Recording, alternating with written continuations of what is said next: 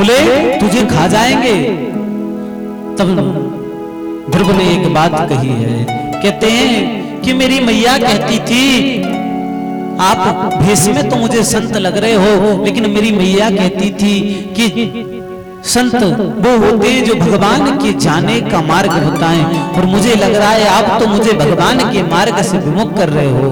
तब नारद जी समझ गए कि ये पक्के वाला चेला है, उसे गुरु दीक्षा दे दी। और कहते हैं देखो शास्त्रों में जहां जिसको नारद मिला है उसे भगवान तो निश्चित ही मिले हैं। जिसको जीवन में नारद का दर्शन हो गया 100% समझ लीजिए कि उसे भगवान के पास जाने का रास्ता मिल गया। ओम नमो भगवते वासुदेवाय।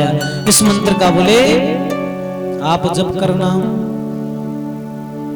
जब जप किया 1 माह हुआ, 1 माह में बोले फल खाते, दूसरे माह में बोले महाराज धीरे धीरे जलपान करने लगे, तीसरा माह हुआ तो महाराज तुलसी की पत्तियां हैं वो खाने लगे, चौथे महीना हुआ 1 पैर पे खड़े हैं, बोले महाराज सिर्फ जल से रहने लगे, और 5वें महीने में बोले महाराज हवा लेना भी बंद कर दिया, वायु लेना भी बंद कर दिया। अब तुम रे महाराज भगवान सिंहासन, जो भगवान नारायण का सिंहासन है वो कांपने लगा, पूरे संसार के जो देवी देवता हैं उनका गला घुटने लगा। तब जब पता चला कि महाराज गला रुदन कंठावृत होने लगा सबका, जब हाहाकार मच गई, सभी लोग भगवान के पास पहुंचे, भगवान से कहते हैं हे नारायण रक्षा करिए, नहीं ऐसे तो हम मर जाएंगे। तब भगवान नारायण कहते हैं ये कौन है जो वायु को रोक करके रखा है? देखा तो एक छोटा सा बालक, 5 वर्ष जिसकी आयु है, वो बालक 1 पैर पे खड़ा है और भगवान के नाम का स्मरण कर रहा है। जब ये बात देखी तो वो समझ गए। जैसे ही देख करके क्या किया उन्होंने, बोले महाराज भगवान नारायण उसके सम्मुख प्रकट हो गए और कहते हैं पुत्र अपने नेत्रों को खोलो। बोले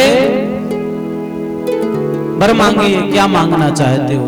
अब छोटा सा बालक, 5 वर्ष का बालक, आप देखिए 5 वर्ष के बालक को बोलना आता है क्या? 5 वर्ष का बालक। अब आज जब भगवान ने उसके कपोलों से, कपोल अर्थात गालों से, कपोलों से बोले जैसे ही पंचजन नामक जो शंख है भगवान नारायण का, उसे स्पर्श कराया है, तो वो बालक बोले वेद वेदांतों की स्तुति करने लगा।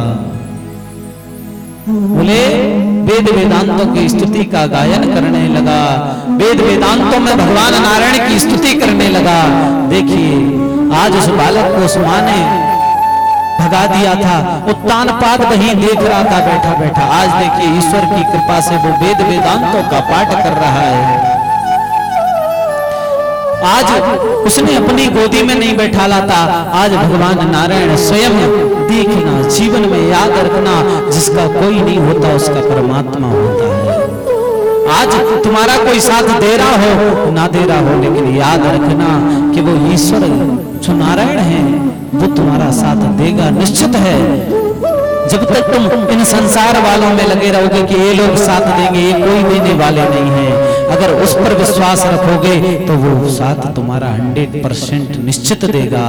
जब तक तुम इस संसार वाले से, एक से दूसरे से आशा करोगे तो आशा ही सबसे बड़ी निराशा है, आशा ही परमम दुखम।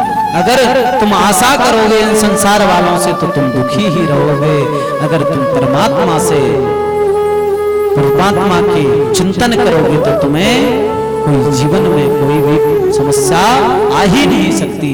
आज गोदी में बैठा ले हैं, आज उसके पिता ने त्याग दिया था, आज बोले जाओ पहले तुम जाकर के आज ध्रुव से पूछते हैं क्या चाहिए। ध्रुव कहता है मुझे कुछ नहीं चाहिए सरकार।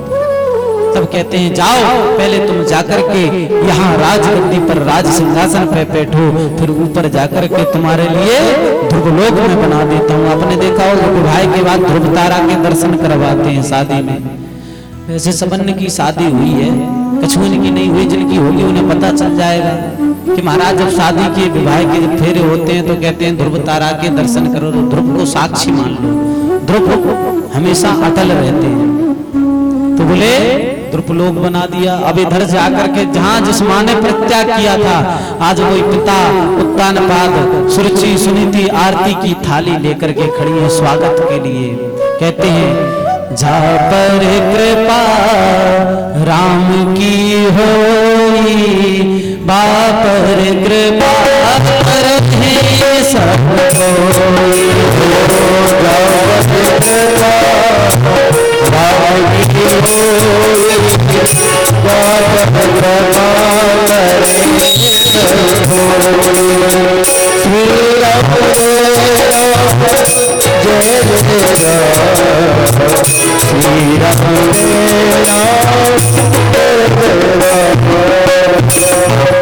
बोले महाराज आज आरतियों की थाली लेकर के स्वागत किया, जहां आज परित्याग किया था उस बालक का आज स्वागत किया है। आज हम यही कथा को विराम देते हैं। 5:30 बज चुके हैं। याद रखना कथा कहाँ विराम हुई थी, कहाँ बोले याद है किसी को? कल पूछ सकते हैं क्योंकि हम भूल जाते हैं। कहाँ ध्रुव जी कहाँ पर लौटाए? उत्तानपाद के पास भजन करके भगवान नारायण की गोदी में बैठ करके लौटाए। कहाँ इनका स्वागत चल रहा था। कल याद दिला देना तो वहीं से चालू कर देंगे, अगर नहीं दिलाओगे तो फिर आप लोगों से पूछ लेंगे।